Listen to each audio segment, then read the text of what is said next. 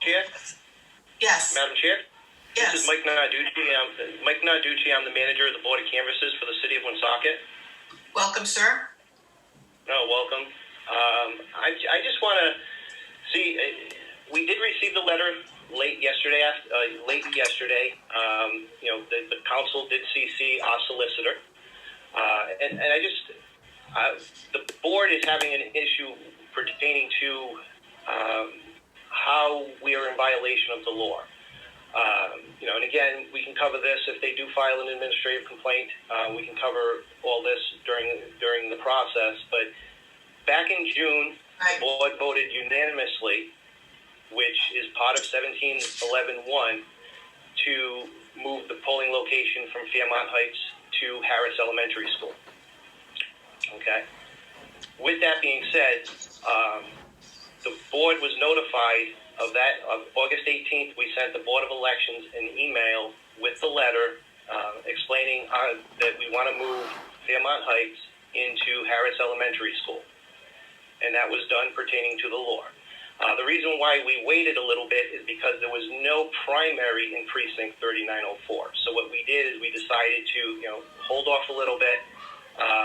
Why confuse the voters even more when there was no precinct in that district? So then after the primary, we revisited it again with the board going back and forth. At that point, we were having conversations with the board pertaining to having a vote center at that location. And you know what a vote center was. We used them in the primary. I don't have to go into too much detail as far as that goes.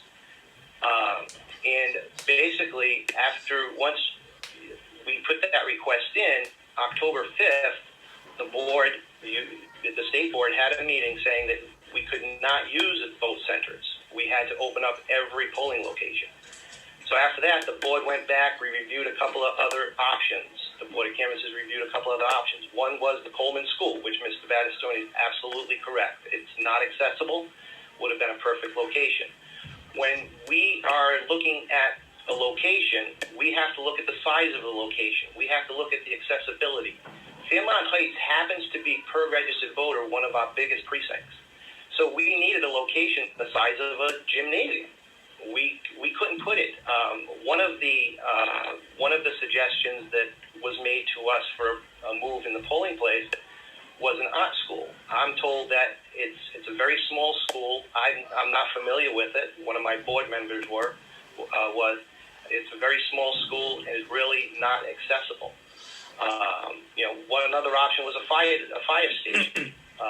We know fire stations in the past. I've been in this game a long time.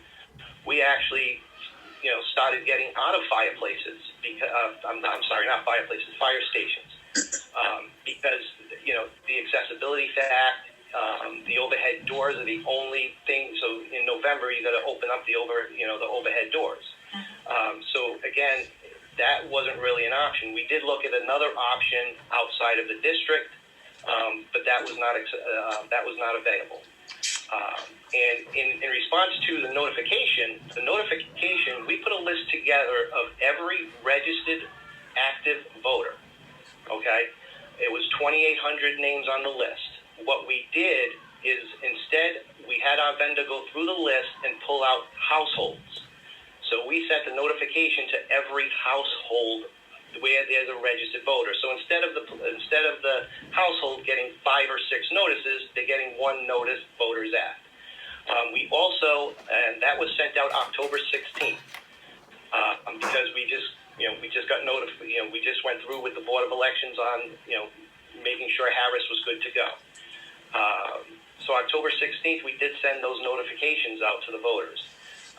October 22nd, we placed our warrant ad in the Valley Breeze that location is going to be closed. And so I'm just, and believe me, our intent was not to, disenfranchise anybody, we were just looking at a location that was accessible, large enough to handle the crowd.